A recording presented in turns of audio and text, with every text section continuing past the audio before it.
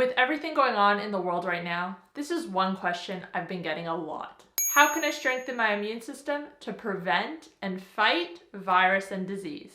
Having a strong immune system will not only benefit you right now, but it will also benefit you every day for the rest of your life. In this video, I'm going to give you 4 easy ways that you can boost your immune system that you can start today.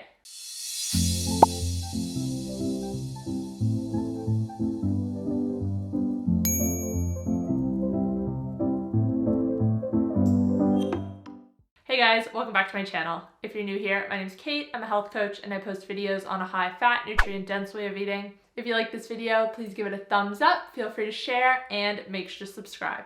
And make sure to follow me on Instagram, Twitter, and Facebook where I share new posts every single day. Your immune system is the organs and processes in the body that resist infections. You can think of your immune system kind of like a gatekeeper. It decides what comes into the body and what stays out. When your immune system is working properly, viruses and toxins have less of a chance of getting in. You can see your immune system in action every time you get a scratch. The redness and swelling around the injury is a sign of inflammation. This is your body trying to protect the wound and working to repair the damage. The same thing happens within the body when we catch a virus or bacterial infection. So, for example, when we catch a cold and then recover from it, this is your immune system working. Without an immune system, you just wouldn't recover. So how can we make sure that our immune system is working at its full potential? Now, some of the tips in this video may seem obvious, but other ones not so much. So keep watching until the end so you don't miss anything. Number 1 is to get good quality sleep. This one does not cost a thing, but it can make such a difference in the health of your immune system. Sleep is your body's chance to rest and recover. Cytokines are a type of protein that targets infection, and they are both produced and released during sleep.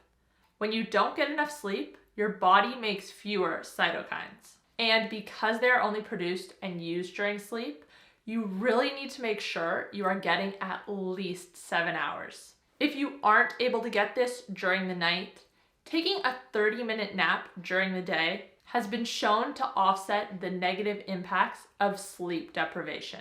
Now, chances are, if you're watching this, your sleep quality isn't where it should be. How do I know this? Because 1 in 3 people in the Western world average less than 7 hours of sleep every night. So how can you ensure you get a good night's sleep?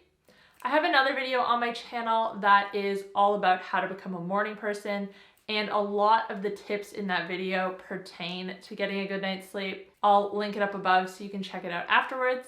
But a few key points are: have a consistent bedtime, don't eat or exercise at least 2 hours before going to sleep, and avoid blue light after sunset. Blue light signals our body that it's daytime, and this can make it not only difficult to fall asleep, but it can also decrease the amount of deep sleep you get.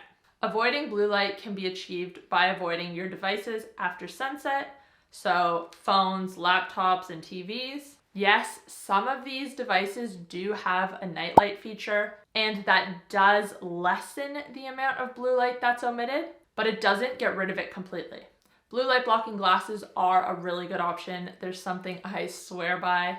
You pop them on after sunset, and 100% of blue light is blocked from your vision. I will link the pair that I wear in the description box down below if you want to check them out. Number 2 is to get adequate vitamin D. Vitamin D is both a vitamin and also a hormone. Every cell in your body has a receptor for vitamin D. The role it plays in your immune system is pretty complex, but the short answer is that it helps to regulate it. According to a 2009 study, 77% of Americans have insufficient levels of vitamin D in their bodies. And in 2017, a large meta-analysis of clinical trials showed that supplementing vitamin D reduces the odds of developing a respiratory infection by approximately 42%. This was in people who already had low baseline levels. This analysis showed that supplementing vitamin D either daily or weekly was more effective than taking it monthly or just as a one-off. But aside from supplementing vitamin D, the easiest way to get it is from the sun.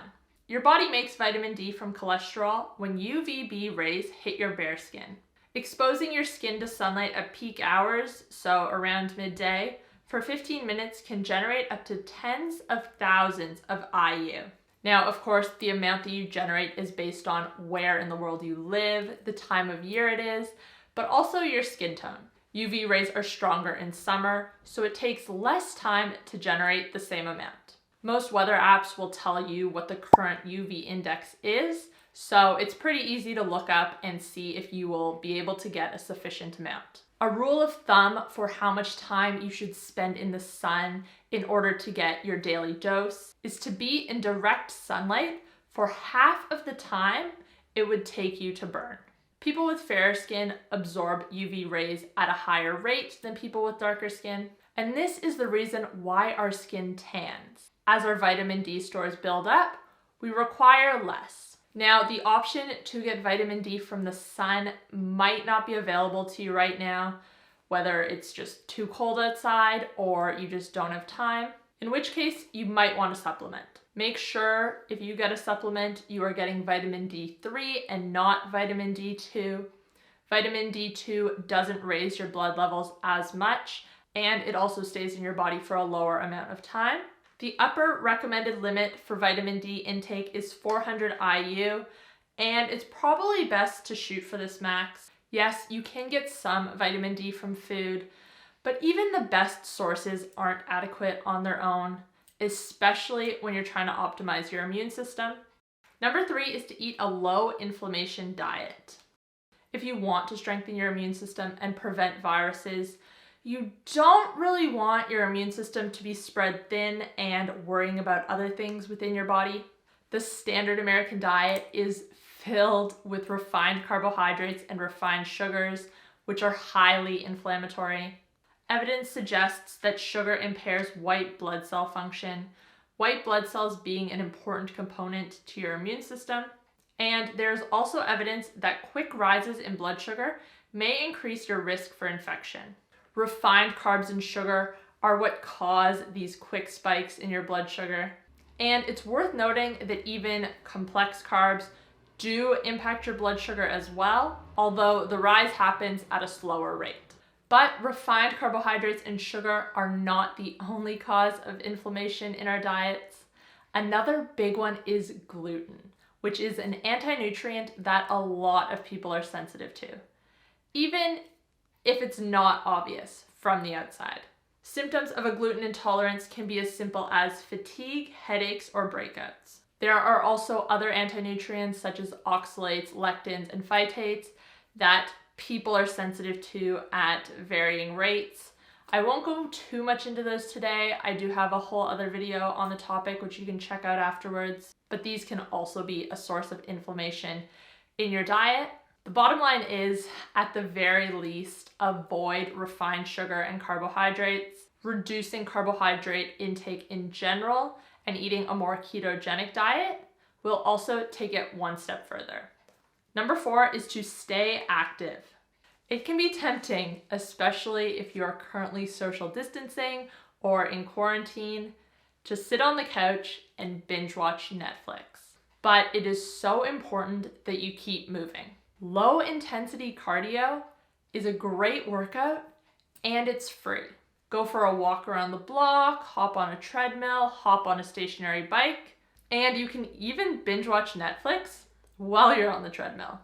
You can also do some body weight resistance training, so things such as squats, push-ups, planks, any exercises really. Studies show that those who exercise tend to suffer fewer infections than those who do not. But, and there is a but, the wrong type of exercise has actually been shown to temporarily weaken your immune system. Studies done on those doing strenuous exercise, so more than 1.5 hours at over 75% of their maximum effort, showed impaired immune function. The same is also seen in elite athletes who overtrain. The takeaway here is exercise is good, but it can be overdone. And those are my 4 easy strategies to strengthen your immune system that you can start today. Let me know in the comments down below which of these you are going to start implementing if you aren't implementing them already. If you like this video, please give it a thumbs up. Feel free to share, and thank you for watching. I will see you guys next time. Bye.